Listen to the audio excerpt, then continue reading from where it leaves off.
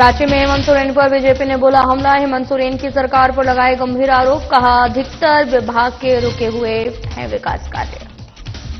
हजारीबाग में दादी सेना ने की द्वितीय वार्षिक महोत्सव की शुरुआत। 18 जुलाई से महोत्सव का आगाज। पोस्टर लॉन्चिंग के साथ हुआ महोत्सव शुरू। जमशेदपुर में पहाड़ को बचाने के लिए एकजुट हुए ग्रामीण। पहाड़ आदिवासी समुदाय के लिए पूजा स्थल। वर्षों से निभाई जाती है धार्मिक संस्कृति परंपराएं। कटिहार के नए एसपी बने शिखर चौधरी। वैभव शर्मा के जगह शिखर चौधरी ने संभाली कमान। पदभार ग्रहण के बाद एसपी ने किया संदेश जारी। कारों में 4 महीने से कर्मियों का वेतन बकाया। 9 विभागों में कार्यरत कर्मियों ने मांगा हक। कर्मियों ने डीसी ऑफिस में जताया विरोध।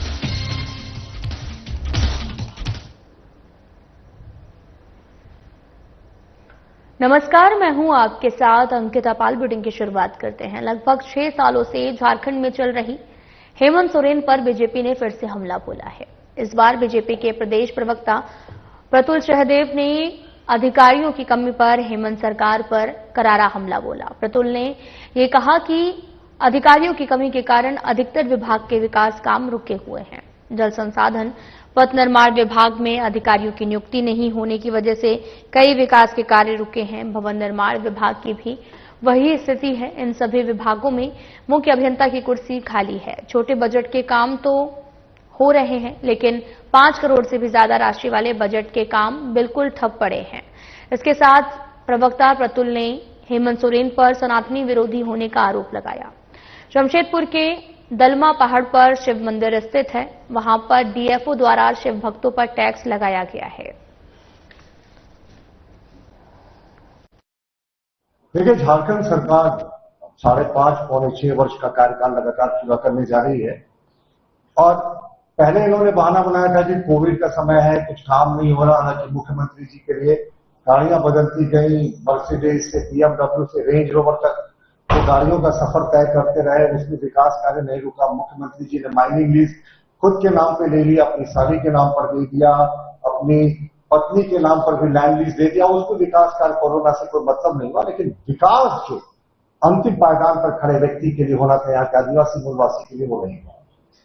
इस बार मुख्यमंत्री जी बड़े मैंडेट के साथ आए। बड़े उनके मैंडेट को हम लोगों ने सहर्ष स्वीकार किया और कहा कि हरेक जो उनका सकारात्मक सहयोग होगा सरकार को वो हम करेंगे। लेकिन इस सरकार का विकास के प्रति, विकास योजनाओं के प्रति क्या नजरिया है, अगले 5-7 मिनटों में आपको स्पष्ट हो जाएगा कि विकास और यहां का इंफ्रास्ट्रक्चर डेवलपमेंट इस सरकार के एजेंडा में ही नहीं है। देखिए, एक तो इस सरकार ने बहुत सारे संवैधानिक पदों को खाली करके रखा है। हमारे प्रतिपक्ष के नेता माननीय बाबूलाल मरांडी जी, प्रदेश अध्यक्ष जो भी है, उन्होंने भी कई बार इस चीज को बताया। लोकायुक्त, सूचना आयोग, मानवाधिकार आयोग, महिला आयोग, कहीं नियुक्ति नहीं है। लेकिन बात सिर्फ संवैधानिक पदों पर नहीं रुकती है। विकास कार्य करने वाले जितने महत्वपूर्ण विभाग हैं, उसमें जो की पोस्ट होते हैं वो महीनों से रिक्त हैं, जिसके कारण कई 100 करोड़ टेंडर का निष्पादन नहीं हो पाया है।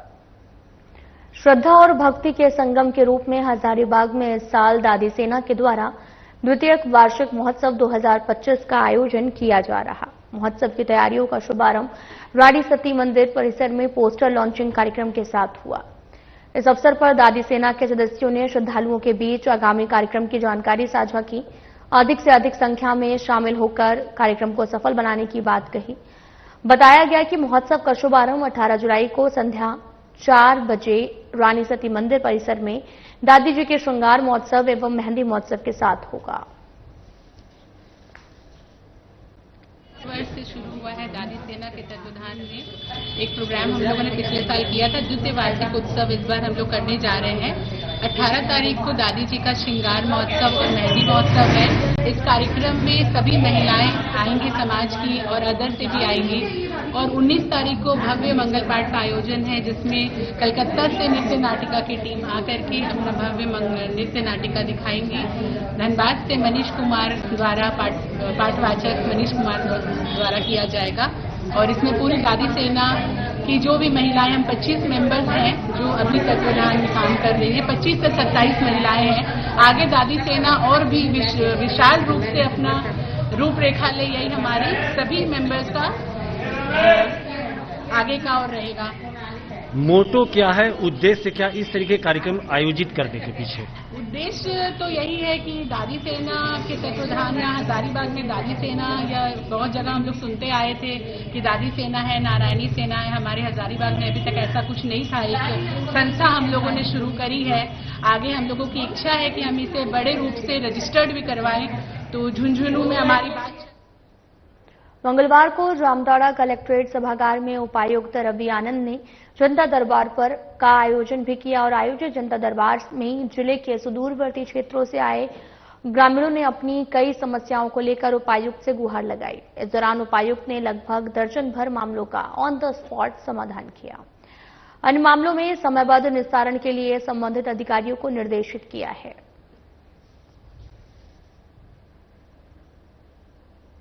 से मैं आया हूं और डीटीओ साहब के यहाँ आरसी के लिए मैं एक अप्रूवल करने दिया था। तो वो काफी दिन सितंबर महीना मैंने दिया था 2024 में।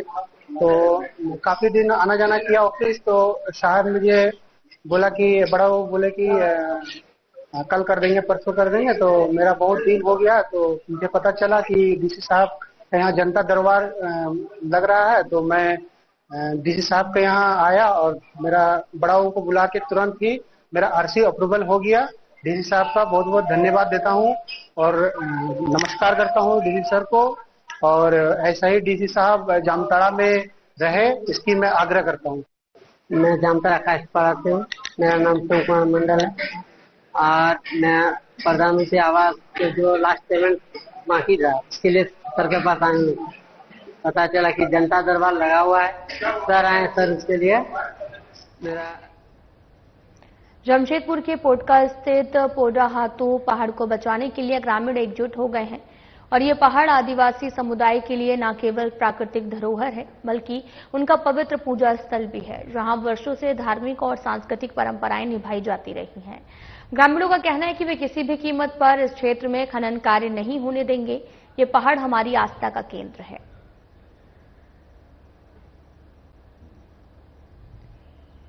चाकड़ी पंचायत अंदर ग्राम पुरा हाथू हूँ। बीते कल मतलब हम लोग को एक नोटिस भेजा गया है कि इस गांव में पहाड़ी मतलब लीज होने वाला है। तो हम लोग को इस डोंगरी का जितना भी लिया है, पुरातु का जितना भी क्षेत्र है वो उस क्षेत्र में हर जगह पे पूर्वज से मतलब हम लोग का पूर्वज जितना भाई बूढ़ा सब था उन लोग यहाँ पर पूजा पाठ करते थे। इसमें कोई भी ऐसा जगह नहीं है कि डोंगरी खाली है बोल के, हर जगह कुछ न कुछ हम लोग को पूर्वज से हम लोग पूजा करते आ रहे हैं। तो इसमें अभी तक सरकार के ये में तो अनाबाद ही दिखाई दे रहा है। फिर भी हम लोग पहले से जिस जगह में हम लोग पूजा कर रहे हैं उस जगह এটা যে আমরা এখন যে লিজ করছে ওকে লিজ দিব না আর ছাড়বো না। কেন ছাড়বে না?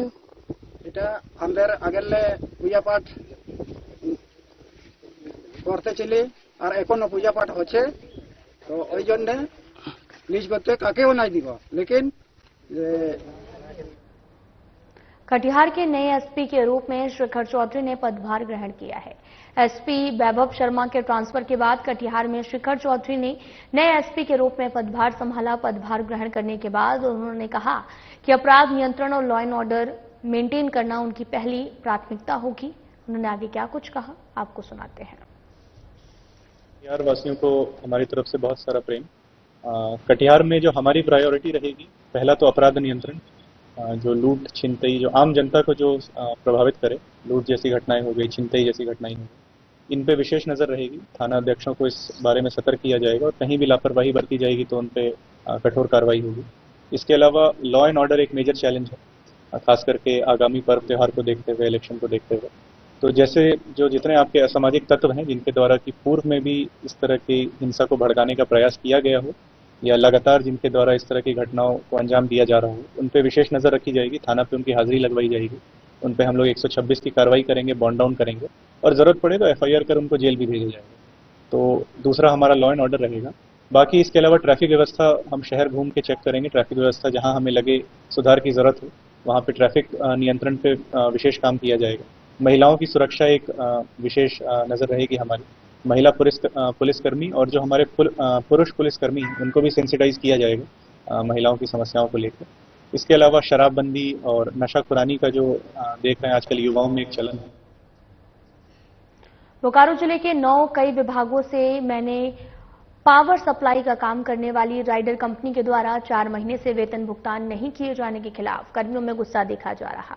मंगलवार को सभी कर्मियों ने डीसी ऑफिस पहुंचकर कंपनी के द्वारा किए जा रहे शोषण के खिलाफ नाराजगी व्यक्त करते हुए डीसी को पत्र सौंपा। कर्मियों का कहना है कि हमें पिछले 4 महीने से बकाया वेतन का भुगतान नहीं किया जा रहा। हम लोगों का 2018 से ईएसआई पीएफ भी बकाया है।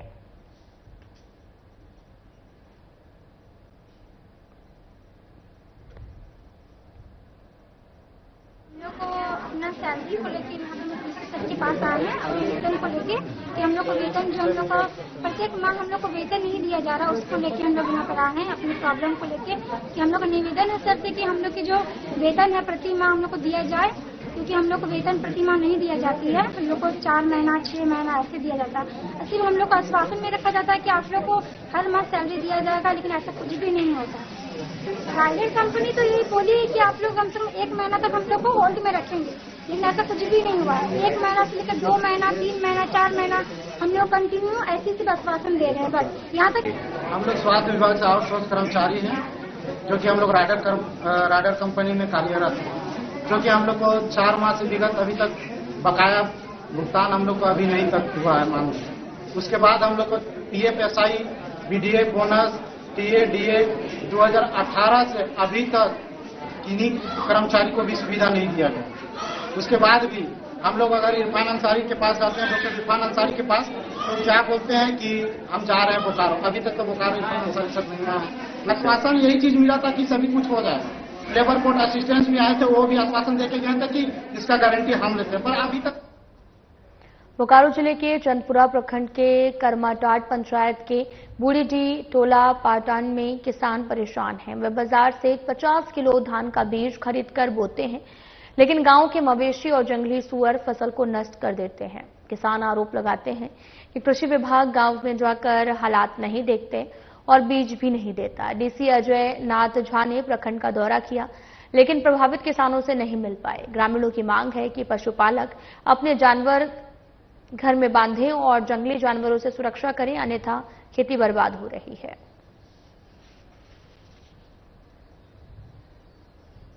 पश्चिमी सिंहभूम जिले में लगातार बारिश से नदी नाला और तालाबों का जलस्तर बढ़ गया है। बंदगांव प्रखंड में स्थित पर्यटन स्थल हिरनी फॉल उफान पर है और करीब 200 मीटर ऊंचाई से गिरती विशाल जलधारा पर्यटकों को आकर्षित कर रही है। बारिश के मौसम में हिरनी फॉल का रूप भी रौद्र हो जाता है और पानी की तेज आवाज से वातावरण गूंज उठता है। चकधरपुर रांची मार्ग के पास स्थित ये जल प्रपात जो है वो रोमांचक दृश्य दिखाता है और यहां पर स्थानीय लोगों को भी सतर्क किया गया है।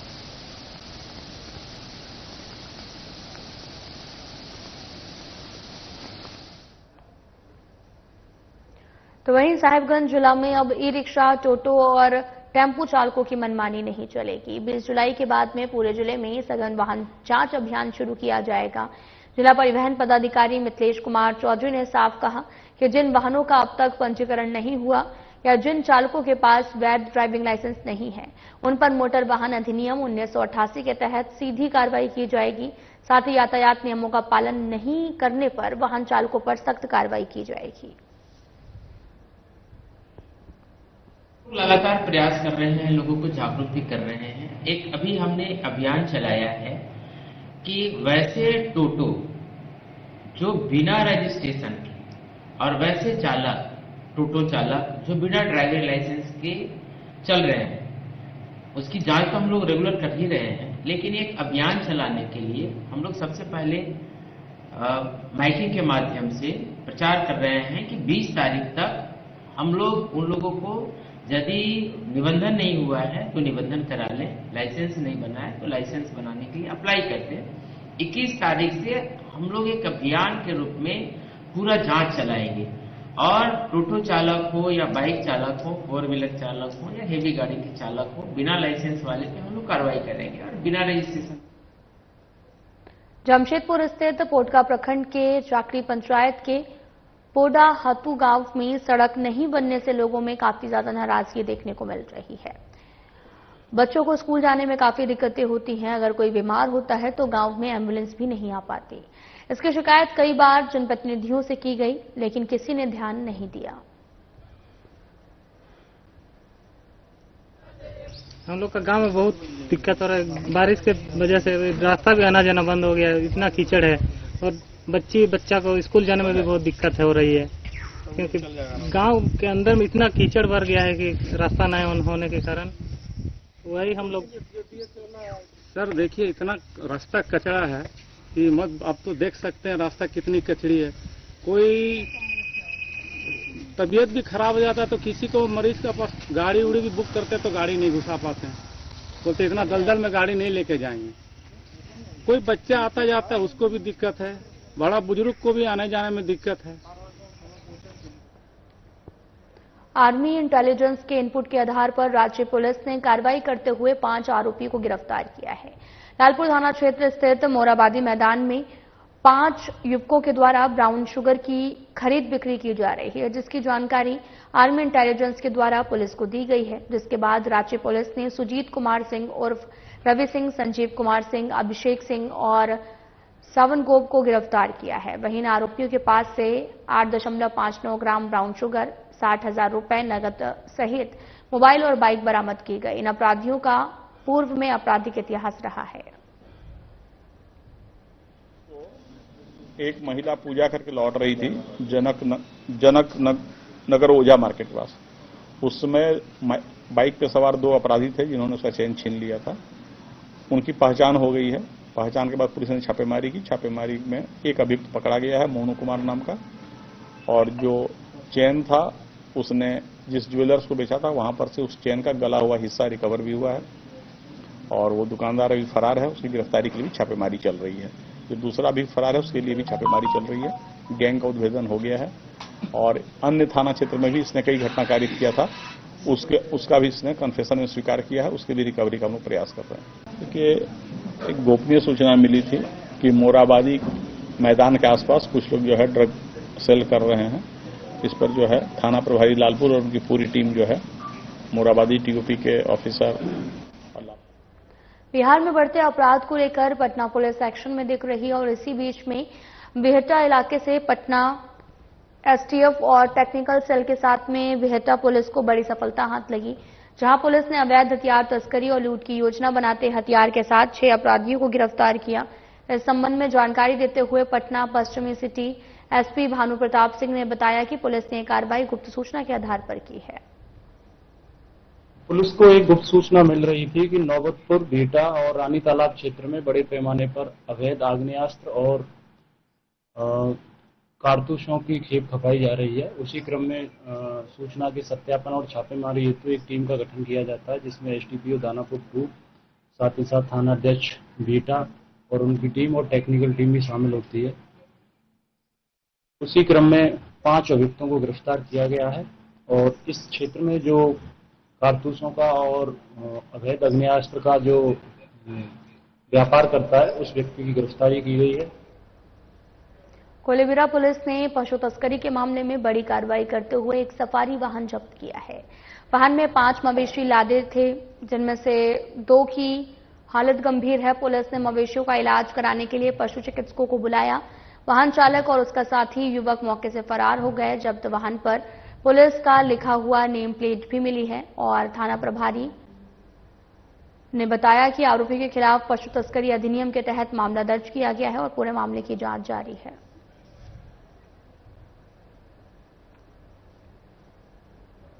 हजारीबाग जिले के बड़का गांव में जंगली हाथियों का उत्पात पिछले 1 सप्ताह से जारी है। 20 से 25 की संख्या में हाथियों का आतंक बड़का गांव के बादाम में देखने को मिला है, जहां पर हाथियों ने घरों में तोड़फोड़ की है और घर में रखे चावल समेत अन्य तरह के अनाज खा लिए हैं। स्थानीय लोगों ने बताया कि जब से एनटीपीसी की पकड़ी बरवाडी कोल माइन से कोयला ढुलाई के लिए कन्वेयर बेल्ट का निर्माण हुआ है, तब से हाथी मानव आबादी वाले क्षेत्रों में आ रहे हैं। आते हैं हम लोग डर के मारे बगल में जाके सोते हैं। कितना हाथी आता है? 10-20 लोग। क्या दिक्कत, क्या अभी आप लोग क्या है यहाँ पर? घर बस देते हैं। घर रहता है और राशन सब खाया, राशन भी खाया, घर भी धस दिया। कैसे भगाते हैं हाथी? हकीकत है, चूंकि आप क्षेत्र घूमते, क्या कहेंगे? हाँ, जब जिस क्षेत्र में खनन होता है और खनन की गतिविधियों के कारण गड्ढे होते हैं, तो उनका जो नेचुरल रास्ता है, जिस रास्ते से पहले गए थे, वो हाथी चाहते हैं कि हम उसी रास्ते से जाएं, लेकिन उस रास्ते में खदान बन जाए, कन्वेयर बेल्ट बन जाए, कंस्ट्रक्शन बन जाता है, हो जाता है, तब उसको वो तोड़ने का भी प्रयास करते हैं। तो जो कमजोर कंस्ट्रक्शन होता है वो टूट जाता है, जो हेवी कंस्ट्रक्शन है वो नहीं टूटता है। उसके बाद वो अपना रास्ता बदलते हैं और वो आदमी के साथ उनका टकराव होता है। और हाथी के पास नॉलेज होता है रास्ते का। वो हाथी नहीं भी आया हो पहले, तो उसके पूर्वज से उसको जानकारी मिलती है कि ये हमारा रास्ता है, तो उसी रास्ते में। दुमका स्थित बाबा बासुकीनाथ धाम में एक बड़ा हादसा टल गया है। बाबा बासुकीनाथ आने वाले श्रद्धालुओं को जिला प्रशासन द्वारा हर संभव सुविधा मुहैया कराने का प्रयास किया गया। भक्तों को प्रशासनिक व्यवस्था का लाभ भी मिल रहा, लेकिन लगातार 2 दिन से हो रही बारिश ने जिला प्रशासन की व्यवस्था पर पानी फेर दिया है। साथ ही दर्शनिका टिकर के पास में रूट लाइन में बनाया गया शेड का एक हिस्सा अचानक गिर गया। इस घटना में 4 श्रद्धालु आंशिक रूप से घायल हुए हैं। प्रखंड क्षेत्र के हरतुका पंचायत अंतर्गत अमवा गांव में मंगलवार को एक हृदय विदारक घटना घटित हुई, जहां कुएं में उतरने से पिता पुत्र की जहरीली गैस के कारण मौत हो गई है। प्राप्त जानकारी के अनुसार शंभू सिंह अपने घर के कुएं में मोटर खराब होने पर उसे निकालने नीचे उतरे। काफी देर तक वापस न आने पर उनके पिता विश्वनाथ सिंह भी कुएं में उतर गए। आशंका है कि कुएं के भीतर जहरीली गैस मौजूद थी, जिसके कारण दोनों की मौके पर मौत हो गई। इस दर्दनाक हादसे से पूरे गांव में शोक की लहर दौड़ गई है। कोडरमा जिला के मरकच्चो थाना अंतर्गत मुरकवनाई के बिरहोर कॉलोनी में सर्पदंश से एक 7 साल की रिंकी कुमारी नामक बिरहोर बच्ची की मौत हो गई है। मिली जानकारी के अनुसार वे बच्ची बीती रात्रि अपने पिता लोखन बिरहोर और माता पूजा बिरहोनी के साथ में झोपड़ी में सो रही थी। तभी अचानक से जहरीला सांप ने उस बच्चे को काट लिया। बच्चे की स्वास्थ्य को बिगड़ता देखकर परिजनों ने कोडरमा सदर अस्पताल में उसे भर्ती करवाया, जहां बच्चे की मौत हो गई है।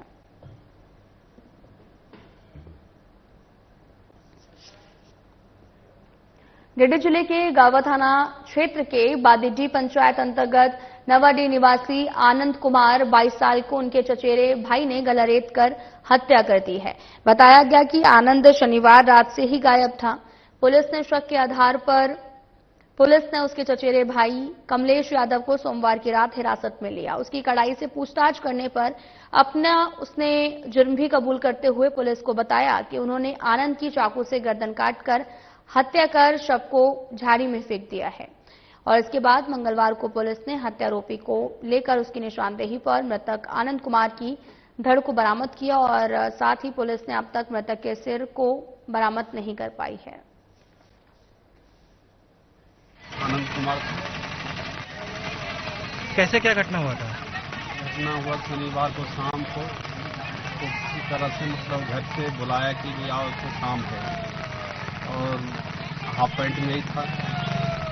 उसे मतलब ये नहीं लगा कि हमें ये काम करेगा, और तो लोल से बुलाया और आधा रास्ता में 3-4 आदमी उठा के इस साइड में ले आए और इसी घटना। क्या चीज को लेकर के घटना हुआ था? क्या चीज को लेकर के हुआ था? गोतिया है आपका?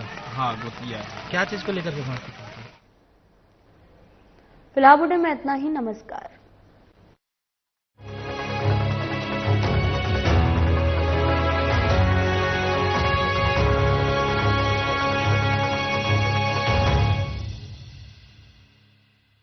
नमस्कार दोस्तों, आपने सुना होगा कि नारी